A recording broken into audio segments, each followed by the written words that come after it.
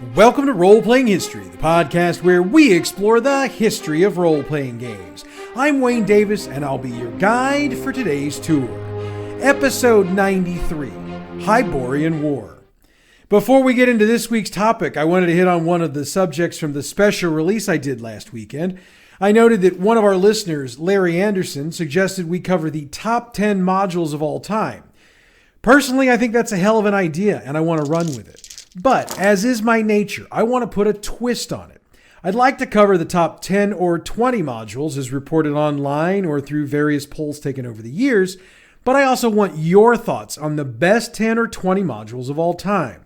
Now, I know I'm going to primarily get D&D modules, either from TSR Wizards of the Coast or third party, so I had an additional thought, and that's to cover the best 10 or so standalone adventures written for other systems.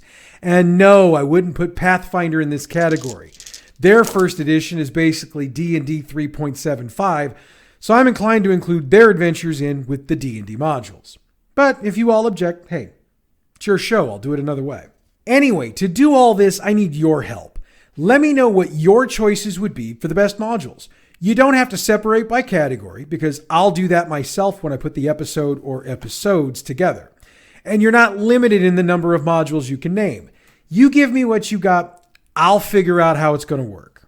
You can reach me through DMs on the socials or by email, and as you know, I give those out at the end of every show. Plus, they're included in the episode information box for each show. You know, the box that tells you on whatever podcast service you use what the episode's about. Yeah, it should be there as well. Lastly on this subject, I don't have a specific time frame in mind for the show, but I think if we give 6 to 8 weeks for submissions, we should be able to get stuff in from everybody who wants to submit stuff. That being said, if submissions begin to slow to a trickle before that, I'll compile at least one episode and I'll give you a release date. So, name your favorites and be a part of the creation of a role-playing history episode or two. And I'll figure out a way to thank everybody who submits their choices on the show. It'll probably be me just reading a list of your names, but maybe I can come up with something fancier. Maybe. And if you don't want your name mentioned, let me know. I won't be offended. I'm just the kind of guy that likes to give credit where the credit is due. Okay, so before we crank up the tour bus, I wanted to answer a question I got a couple of times this week, and that's why I'm going back into the play-by-mail bag for a show. I mean, didn't I pretty much cover the genre to death when we did the episode on it? The answer here is a simple one. Ever since that episode dropped, I've gotten several requests to do deeper dives on some of the more popular play-by-mail games than what I really did on the show.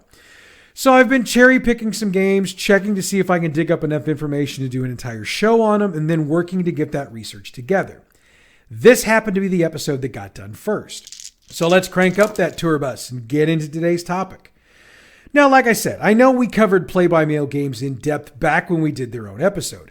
But for our new listeners, I kind of feel obligated to at least summarize the concept of play-by-mail games, especially for those younger listeners who really weren't even a concept when the genre was at the height of its popularity.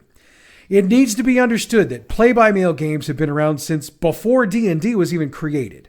For the most part, those early play-by-mail games were war games, based on the in-person miniature war games preferred by many a gamer in the pre-tabletop role-playing game era. And there was a good reason for its popularity. Game shops were a rare thing, if they existed at all, really before tabletop role-playing games kind of came into their own. Hobby shops, which were primarily what we'd call mom-and-pop establishments, were where you went to get your fix for your miniatures, your paints, your terrains, yada, yada, yada. And for many of us, it was pretty easy to find at least one family member you could convince to take you if you couldn't drive. And that's because the hobby shop covered pretty much every hobby you could think of, from needlepoint and crocheting to model cars and trains. And for the record, getting my mom to take me was a breeze because she'd buy fake flowers or some more colored thread while I checked out some of the early tabletop role-playing games once they were released. Sorry, I kind of got off topic there for a minute. The point I was making is that it wasn't always possible to get all of the people who wanted to game together in the same room, and since this was well before the internet was a public thing, playing by email or Zoom wasn't even an option. So gamers were left with the only option there was: play by mail. Concept works like this. You got a referee, which is the name of the person who is basically in charge of the overall game. They'd lay out the ground rules for the game, then provide some sort of a setup kit for the players, which typically included a map of the battleground so players could keep track of everybody's moves, including their own. Once that was done, a battle order would be determined, and I've heard of dozens of different ways to do it. But regardless of the method used, things progressed the same way. The first person would make their move, mailing their decision to the referee, who would then note it and send out the move to the other players. Each player would then make their moves in succession, with the results being sent out to each of the players in turn. And yeah, I know what you're thinking. That shit took a hell of a long time to play. Yes, it did. A good play-by-mail game could take years to complete. I mean, the U.S. Postal Service can only deliver mail so fast, and if you had players from different parts of the world playing, the time to get that information back and forth would be even longer. So it would take that much more time to get all the moves coordinated. However, when the professional genre was created by Flying Buffalo in 1970, there were no other options available. And let's not knock it. Play-by-mail games have managed to survive for more than 50 years. In fact, there are a number of games that are still being played today. Now, the technology has allowed for the speed of the game to be increased, no doubt. But that also means there's been a challenge to make the games more complex, since moves can be sent back and forth either by email or on a Discord server. So with nearly instantaneous results available, it only goes to reason you'd make the game a little bit sexier. For the record, there have been games of chess and Go played using this method, and I've even read online about a few games of Monopoly that have been played this way. So it's not just war games or tabletop role-playing games being played like this. But rather than continue to basically repeat an entire show I've already done, I'll direct you to our episode on tabletop games in the archives, and I'll get on with the subject at hand. Hyborian War was initially released by Reality Simulations Incorporated in 1985. It was the brainchild of Edward Schoonover, who got his inspiration for the game from Robert E. Howard's iconic character, Conan the Barbarian. As you might expect, this is a swords and sorcery role-playing game, with the difference being that instead of the players sitting together at the table, they're sitting at their own tables around the world. Schoonover has admitted on multiple occasions over the years that he'd read a lot of Howard's Conan stories over the years, and he made it a point to weave as much of that into the game when he created it as he could. By the way, the history of Robert E. Howard and the creation of Conan, it's a pretty interesting one in its own right. So if there's enough interest, I might break my rule about not covering non-tabletop role-playing game stuff on the show. Just saying. Now, Conan himself does appear in the game, but he's the wandering hero the players can employ to help them to solve a problem they need solved. However, he doesn't stay with one player for very long. Eventually, he'll get a better offer from somewhere else or a more interesting offer from somewhere else, and he'll go off to wandering again. For those die-hard Conan fans out there, the game setting should sound familiar. The game takes place in the very universe created by Howard, and it takes place during the fictional Hyborian Age as created by Howard when he wrote the stories. According to an interview with Howard, which actually took place sometime in the 1920s or 30s, this age occurred at some point in time after the sinking of Atlantis in an age undreamed of. So some of the details Schoonover utilized from Howard, those were the landscapes, which are definitely rich and well described in the stories. He also loved what he called the splendid cultures, which he stated in more than one interview over the years. One of the things that makes Hyborian War perfect for the play-by-mail genre are the large-scale battles Howard went into great detail of during his writings. There were literally massive armies fighting against each other, and they fought over kingdoms and empires, depending on your choice of words. Magic is also part of the setting, but it is not D&D magic. Wizards have some power, but not nearly as powerful spells as a high-level D&D wizard. What they've got, though, they're really good with. Now, obviously, Hyborian War is all about the courageous and heroic deeds. I mean, if you're anywhere near familiar with the Conan stories, pretty much everything he did fit into those two categories. Not all, I'll grant you, but most. So I've talked for a couple of minutes about the background of the game, but what exactly goes on in a game of Hyborian War? Okay, so first off, we need to understand that as many as 36 players can take part in a game of Hyborian War. That's because there are 36 available kingdoms available to play, and they come in 3 sizes: small, medium, and large. The reason for that is because there's a cost per turn to play the game, and that price is higher the larger your kingdom is. Yeah, I forgot to mention that a minute ago. For play-by-mail games, there's typically a cost per turn to play. I've seen them as low as 40 or 50 cents and as high as $5 to $10 depending on the game. Needless to say, if you can keep the costs lower and still be able to make money, your game will remain popular and be played for a whole lot longer. In addition to the 36 playable kingdoms, there's a number of kingdoms that are, for a lack of a better term, NPC kingdoms, which means they're run by the computer. And that's been pretty much the case since 1970, because as you'll remember from our play-by-mail episode, Flying Buffalo had a computer to help them run their games. Wasn't cheap, and it's safe to say the smartphones most of us have today are 1,000 times more powerful, but it got the job done. The idea of Hyborian War is conquest and expansion. While that sounds like a pretty simple idea, you have to remember that everyone has the same plans, so that's where the conflict comes into play. There are options to attack by sea and by land, but there are also diplomatic possibilities that can be utilized, provided, of course, both sides are willing to do so. The units that players have to conduct their military actions with range from your standard infantry, cavalry, and archer units, all the way to units with mammoths, flying reptiles, and even the undead. Magic can also be used to beef up the units headed into battle. Oh, and some of those flying creatures can be used as mounts. So if you can put an archer onto a flying reptile... There are basically two types of battles in the game. One is the standard open field battle like we've seen in movies like Lord of the Rings and Braveheart.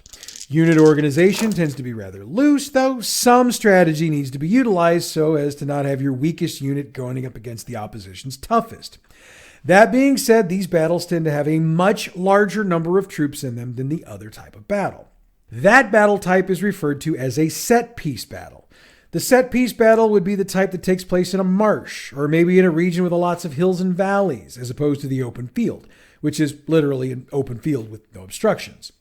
For set-piece battles, a lot of strategy is needed, as the player needs to determine what units would work best for the combat, then needing to figure out how best to deploy those units for maximum effectiveness. And by that, I mean considering whether cavalry would work for a marsh set, or whether you'd want to use archers in a heavy forest. You'd also need to decide how to configure your units, since there needs to be some sort of organization to it. Think something along the lines of columns, like we've seen in a ton of movies over the years. In a set-piece battle, those columns will probably be smaller and set further apart. Now, it's also entirely possible that two sides will choose to not go to war. Instead, diplomacy can be utilized, with the players discussing and hammering out the details of a peace treaty, which would most likely result with the loss of some territory for one side or the other. However, these types of deals also mean that both sides avoid the loss of units. There's also the option for a player to disrupt other alliances, which can slow down or even stop peace negotiations. That option typically results in combat, though sometimes it can be a three-way combat if either side of the broken negotiations figures out who the shit disturber was. Now, how do we go about taking our actions during the game? As I mentioned when I was covering the overall concepts of a play-by-mail game, players submit their moves by mail, or by email these days if they choose, and await the moves made by other players in the game. They also have the ability to request the mailing address or email address for up to 2 other players per turn, which allows them to work with those players to attempt peace negotiations or some sort of alliance for a certain length of time. Moves are submitted to RSI, who runs all Hyborian War games, and they run all the moves through the computer and inform the players of everyone else's moves and the results of those actions. The process then continues until the victory conditions for the game have been met. What exactly are the victory conditions? So a game of Hyborian War can end of one of two ways. Either the map is dominated by just a few players, or an ice age begins. Yes, ice ages are a thing in this game, and when one begins, the northernmost countries begin to feel the full effects, which drives their citizens, mostly barbarians, south.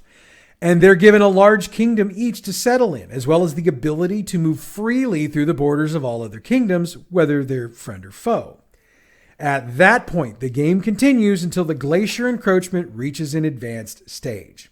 It should also be noted that each kingdom in the game has unique victory conditions of their own to meet. Some are based on wealth, while others include survival, minimal expansion, or domination of at least half the map. Needless to say, these unique conditions will cause players to be in conflict, because it frequently means they're in competition for the same resources. And the winner of the game is the player with the highest rating, which is determined by the computer, of course. However, that might not be the player who's conquered the most territory. The ratings are based on optimal performance from the available starting resources and not by having the largest kingdom. Now, it's possible to have both, but there have been a number of occasions over the years that the player with the smallest kingdom has wound up being the overall winner due to having the most optimal performance in the game.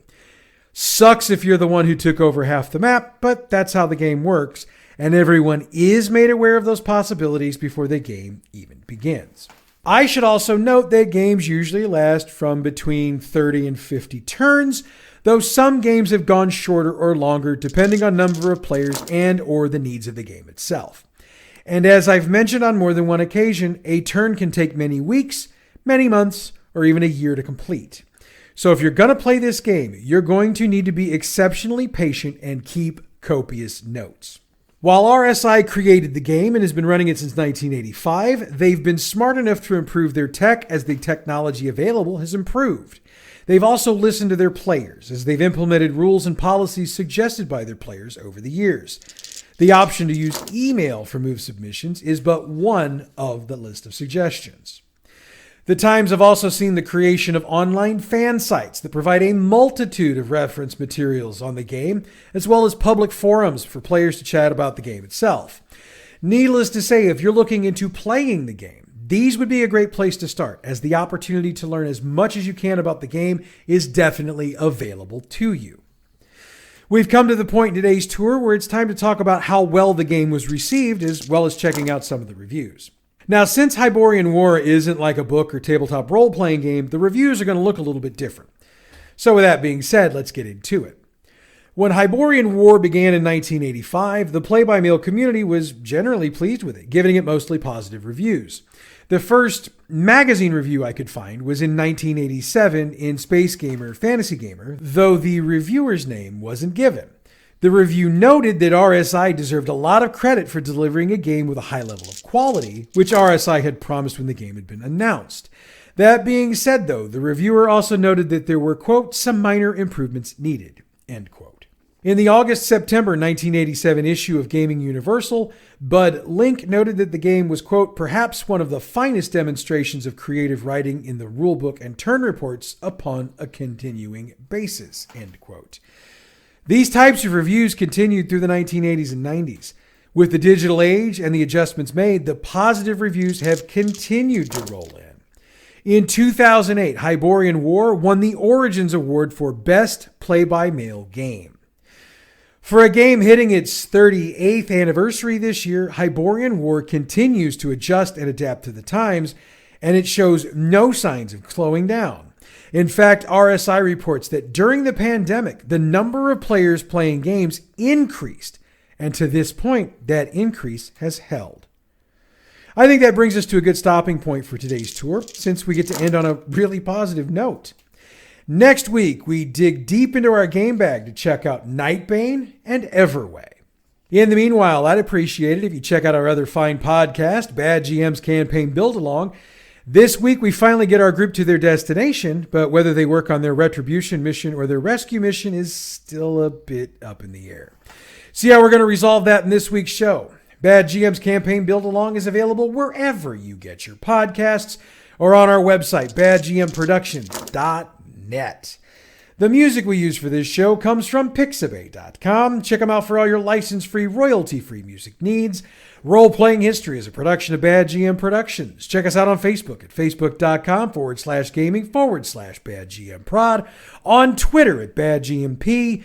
YouTube and Tumblr, it's Bad GM Productions. Our email is badgmproductions@gmail.com. And the website is badgmproductions.net. Next week, it's Nightbane and Everway. And I can tell you from my research, this is going to be one hell of an interesting show. But that's next week, folks. Until then, I'm Wayne Davis, and your Role-Playing History.